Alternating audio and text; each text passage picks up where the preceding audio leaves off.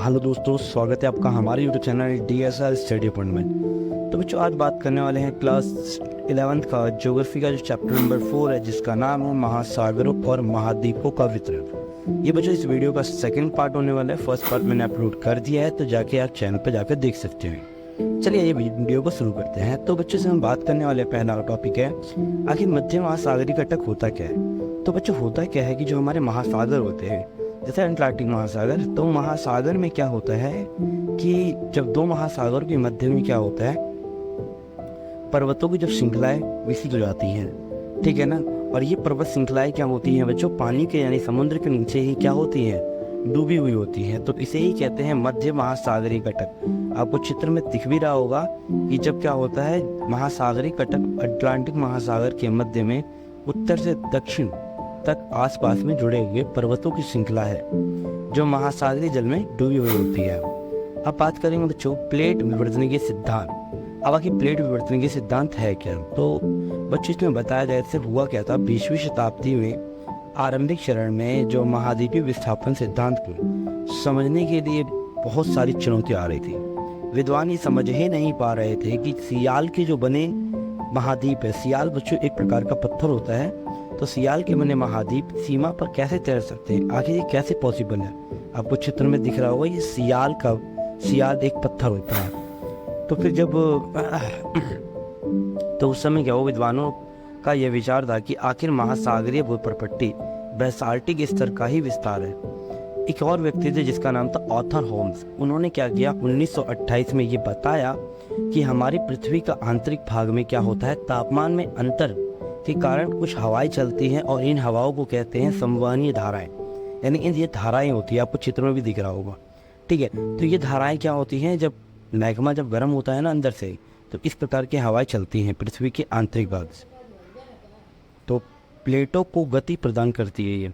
और इस प्रकार प्लेट हमेशा क्या होती है, गतिशील होती रहती हैं और महाद्वीपों को क्या होता है, लगातार विस्थापन होता रहता है। अब बात करेंगे आखिर प्लेट विवर्तन के सिद्धांत में प्लेट का मतलब क्या होता है। तो प्लेट मतलब खाने वाला प्लेट नहीं होता।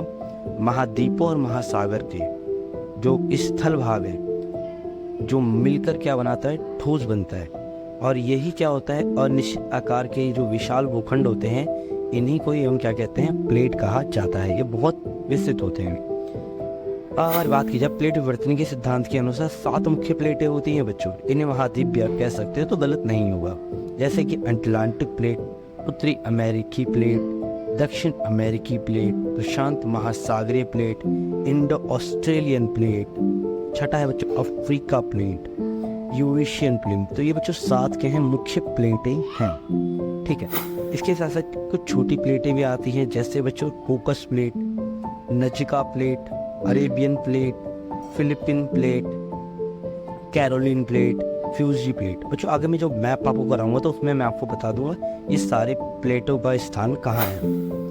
नेक्स्ट टॉपिक है प्लेटों की हलचल। आगे प्लेटों में हलचल होता क्यों है। तो पहला है बच्चों अपसारी सीमा। अब भाई अपसारी का मतलब क्या होता है, जैसे याद रखिए बच्चों, पृथ्वी के आंतरिक भाग में जब संवहनीय धाराएं जब चलती हैं तो प्लेटों को क्या करती हैं, विपरीत दिशा में लेके जाती हैं। अब समझना कैसे होता है। इसमें क्या होता है, जब दो प्लेटें एक दूसरे की विपरीत दिशा में हट जाती हैं या विपरीत दिशा में चलायमान होती हैं, इसमें बच्चों क्या होता है, नई प्रपट्टी का निर्माण होता है। जैसे दो प्लेट खिसक गई तो बीच वाली प्लेटों में तो निर्माण होगा ही नहीं, और जो बीच में नई प्रपट्टी का निर्माण होता है बच्चों, इसे कहते हैं प्रसारी स्थान। इसका सबसे अच्छा उदाहरण है मध्य अटलांटिक कटक, जो भी इसमें आपको बताया, जब दो प्लेटें होती है ना बच्चों। नेक्स्ट बात करते हैं अभिसरण सीमा। अभिसरण सीमा में क्या होता है, इसमें जब दो प्लेटें एक दूसरे के समीप आती है और इतना ज़्यादा पास आ जाते हैं कि एक प्लेट दूसरी प्लेट के नीचे दब जाती है और वहाँ भूप्रपट्टी नष्ट हो जाती है। और जहाँ ये नष्ट होती है उसे कहते हैं प्रविष्टन क्षेत्र। इसका सबसे अच्छा उदाहरण प्रशांत महासागरीय प्लेट या उत्तरी अमेरिकी प्लेट है। नेक्स्ट है बच्चों रूपांतरित सीमा। रूपांतरित सीमा का मतलब क्या होता है, जब दो प्लेटें क्या होती हैं, एक दूसरे से क्षैतिज दिशा में, जैसे दो प्लेटें आपको चित्र में दिख रहा होगा, क्षैतिज दिशा में सरक जाती है, किंतु ना नई प्रपट्टी का निर्माण होता है और ना ही किसी प्रपट्टी का विनाश होता। तो इस प्रकार की प्लेटों को हम कहते हैं रूपांतरित सीमा कहते हैं।